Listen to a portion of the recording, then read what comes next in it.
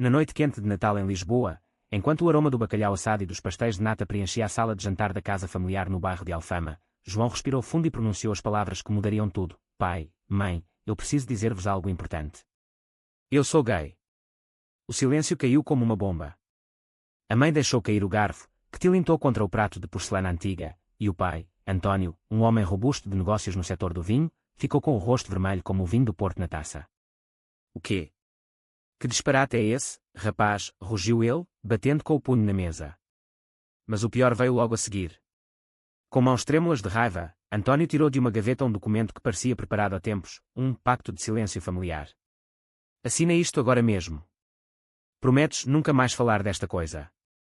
Nem aqui, nem fora. Ou sais desta casa e esquece o apoio para o teu futuro. A nossa reputação na empresa e na comunidade não pode ser manchada por isso. João sentiu o coração apertar. Aos 25 anos, ainda dependente financeiramente para terminar o mestrado em marketing, ele olhou para os rostos da mãe, lágrimas nos olhos e dividida entre o amor e o medo, e da irmã mais nova, choque puro estampado no olhar. Com lágrimas nos olhos, pegou na caneta e assinou. Naquele momento, soube que se tornara o único, assumido, em casa, mas preso num silêncio forçado que duraria anos. A assinatura ficou gravada na sua memória como uma ferida aberta.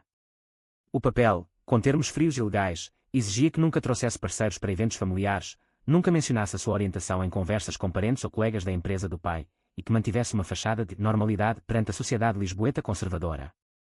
Depois do jantar, a família dispersou-se em silêncio. A mãe tentou abraçá-lo no corredor, murmurando, é para o teu bem, filho, mas as palavras soavam vazias.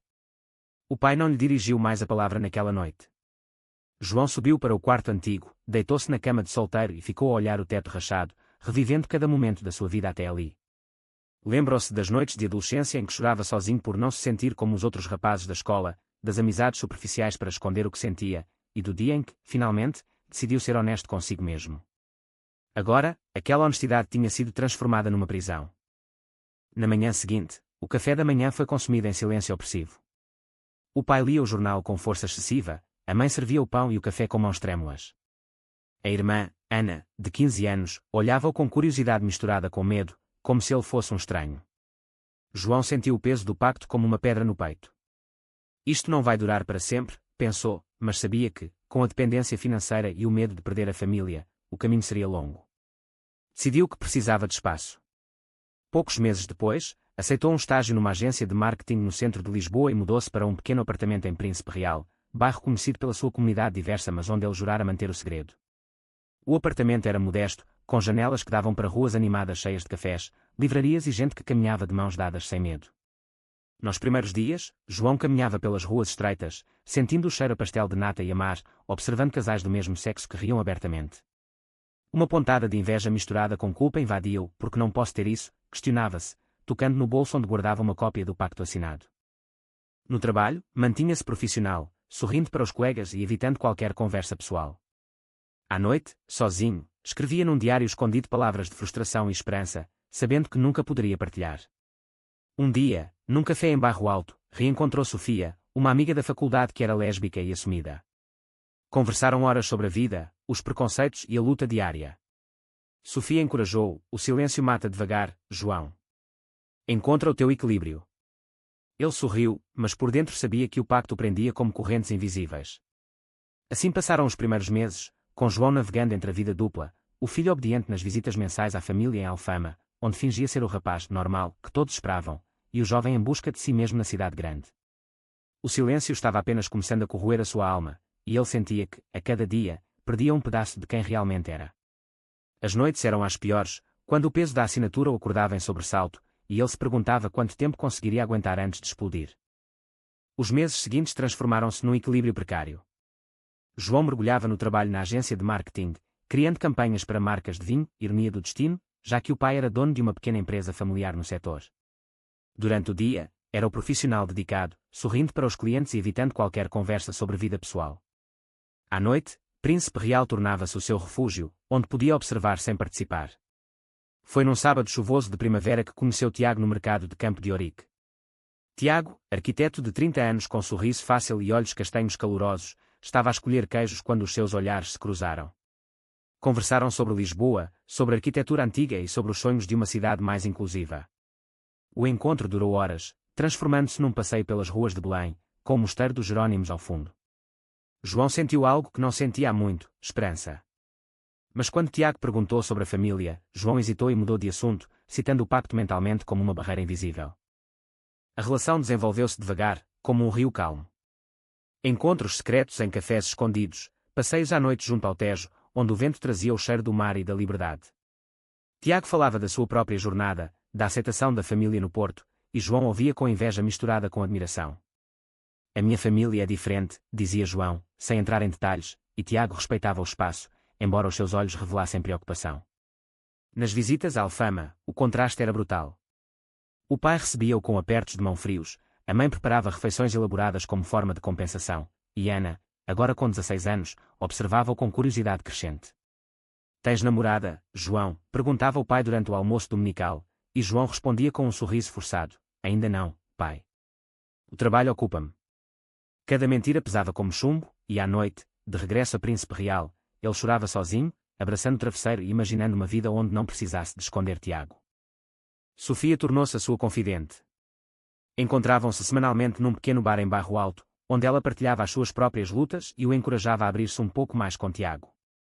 O amor não cresce no escuro, João, dizia ela, bebendo o seu vinho tinto. João sabia que ela tinha razão, mas o medo de perder o apoio financeiro, o pai ainda pagava parte do mestrado, e de destruir a família mantinha-o preso. Um fim de semana, Tiago convidou-o para um fim de semana em Cascais. Caminharam pela praia ao pôr do sol, mãos quase a tocarem-se, e por um momento João sentiu-se livre. Mas quando Tiago perguntou se poderiam ir juntos a um evento familiar, João congelou. Não posso, Tiago. A minha família é complicada. O silêncio que se seguiu foi pesado, e Tiago abraçou-o, murmurando: eu espero por ti, mas não para sempre. Na viagem de regresso de comboio, João olhou pela janela para as colinas verdes de Sintra e sentiu o primeiro rasgo no coração. O pacto estava a custar-lhe mais do que imaginara, e a tensão começava a crescer, lenta mas inevitavelmente, como uma tempestade no horizonte do Tejo. O tempo passava, e o relacionamento com Tiago aprofundava-se, mas o segredo tornava-se uma sombra cada vez mais longa. João completou o mestrado e foi promovido na agência, ganhando independência financeira suficiente para respirar um pouco.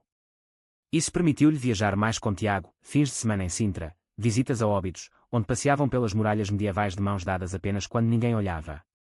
Tiago, paciente como sempre, planeava projetos arquitetónicos que incluíam espaços inclusivos para a comunidade LGBT, e partilhava-os com entusiasmo, esperando que João se abrisse.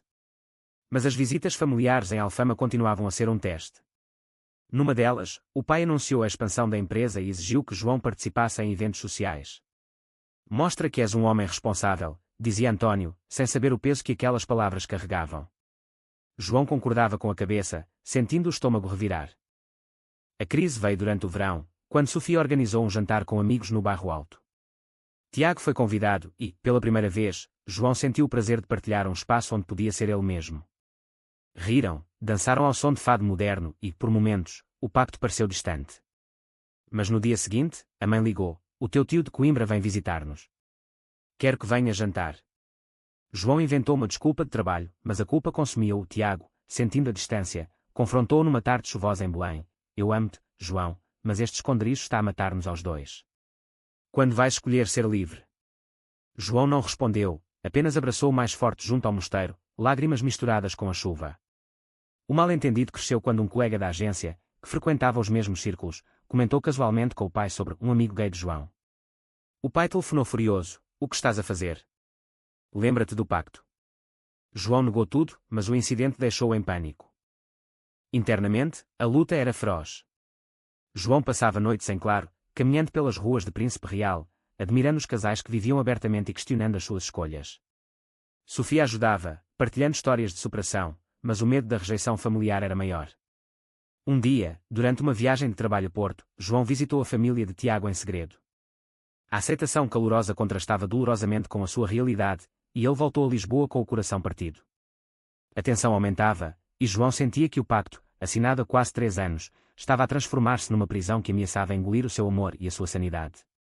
Cada decisão, cada mentira, aproximava-o de um ponto de ruptura que ele ainda não sabia como enfrentar. O outono trouxe ventos frios e uma crise que João não esperava. Tiago, cansado de segredos, propôs uma viagem juntos à Itália, mas João recusou, alegando obrigações familiares. A discussão explodiu num café encheado. Eu não sou um segredo, João. Ou me aceitas inteiro ou isto acaba. Tiago saiu, deixando João sozinho com o café frio e o peito apertado. Os dias seguintes foram um tormento. João mergulhou no trabalho, criando campanhas que, ironicamente, promoviam autenticidade, enquanto ele próprio vivia uma mentira. As visitas à Alfama tornaram-se mais difíceis. A irmã Ana, agora com 18 anos, começou a questionar: irmão, tu pareces triste. Há algo que não me contas. João desviava o olhar, murmurando desculpas. O pai, sentindo a distância, reforçava o pacto indiretamente: a família é tudo, filho. Não estragues isso. A baixa chegou quando um primo distante de Coimbra, durante um almoço familiar, comentou ter visto João com um amigo em Lisboa. O pai confrontou-o em privado: estás a quebrar o pacto. Lembra-te do que assinaste. João negou, mas a semente da dúvida estava plantada. Em casa, sozinho, ele chorou como nunca, questionando se o amor valia o sacrifício. Tiago, magoado, afastou-se por semanas, respondendo apenas com mensagens curtas. João caminhava pelas ruas de Alfama à noite, revivendo o Natal de anos atrás, e sentia o peso da escolha inicial. Sofia tentou mediar, convidando os dois para um passeio em Monsanto, mas a conversa terminou em silêncio desconfortável. Internamente, João vivia um colapso. Escrevia longas cartas que nunca enviava, refletindo sobre a identidade, o amor e o preço da lealdade familiar. Um fim de semana, sozinho em Cascais, sentou-se na praia e gritou para o mar a sua frustração. O vento levou as palavras, mas não o peso. Quando Tiago finalmente aceitou o encontro, João confessou parte da verdade: o pacto, a pressão, o medo. Tiago ouviu, abraçou-o e disse: eu fico, mas tu tens de escolher viver, não sobreviver.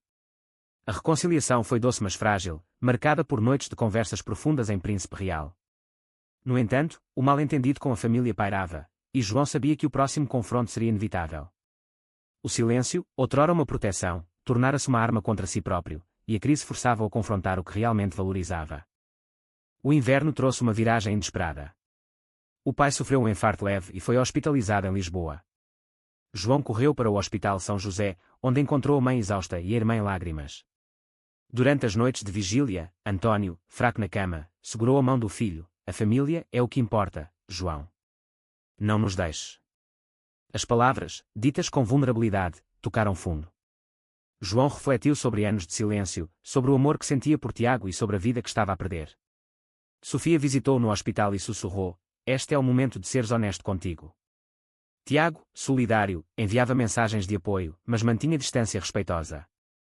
Durante a recuperação do pai em casa, João passou semanas em Alfama, ajudando com as refeições e as contas da empresa. A proximidade forçou conversas difíceis. A mãe confessou o seu próprio medo: tínhamos medo de te perder, filho. Ana, mais madura, disse: eu sempre soube, irmão. E apoio-te. Essas palavras foram como luz numa caverna escura. João começou a questionar o pacto. Numa noite chuvosa, caminhando sozinho pelo terreiro do Paço, ele decidiu que o amor e a autenticidade valiam o risco. Ligou a Tiago: quer tentar ser livre. Contigo. O reencontro foi emocionante, um abraço longo junto ao rio, onde promessas de futuro foram trocadas. Mas o pai, sentindo a mudança, confrontou-o: não quebres o que assinaste. João, pela primeira vez, respondeu com calma: pai, eu assinei por medo. Agora escolho por amor. A tensão atingiu o pico numa reunião familiar. João revelou, com voz firme mas tremida, que tinha um parceiro e que não esconderia mais. O choque foi grande, mas a doença do pai amoleceu os ânimos. A mãe chorou, o pai ficou em silêncio longo, mas não expulsou o filho. Tiago foi apresentado discretamente numa visita, e o respeito mútuo começou a nascer. João sentiu o crescimento dentro de si, o jovem assustado transformava-se num homem que valorizava a sua verdade. As sessões com um terapeuta em Lisboa ajudaram-no a processar anos de repressão, e a amizade com Sofia fortaleceu-se. O pacto, embora não quebrado formalmente, perdia o poder à medida que João escolhia a autenticidade diária. O amor com Tiago florescia em passeios abertos por Lisboa, e pela primeira vez em anos, João dormia em paz. Os anos seguintes foram de reconstrução lenta. João e Tiago mudaram-se juntos para um apartamento maior em Príncipe Real, com vista para as colinas. O trabalho de João evoluiu para projetos que promoviam diversidade, sempre com subtileza para respeitar os limites familiares. As visitas à Alfama tornaram-se mais leves. O pai, recuperado, aceitava Tiago com reservas iniciais, mas via o filho feliz e isso bastava. A mãe cozinhava refeições extras para os dois rapazes, e Ana tornara-se a maior aliada, partilhando confidências e defendendo o irmão. O pacto nunca foi formalmente rasgado, mas o silêncio transformou-se em compreensão tácita. João aprendeu que a verdadeira liberdade não vinha de rebelião total, mas de escolhas diárias de autenticidade. Numa tarde dourada de verão, no Parque Eduardo VII, João e Tiago caminharam de mãos dadas, rindo de memórias.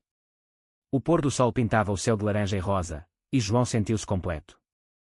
Obrigado por esperares, murmurou ele, abraçando o parceiro. Tiago respondeu com um beijo suave, valeu cada segundo. A família, embora não totalmente aberta ao mundo exterior, celebrava o Natal com os dois, e o pai até propôs um brinde à felicidade verdadeira. João refletiu sobre o caminho, do choque do jantar familiar aos anos de luta interna, até à aceitação própria.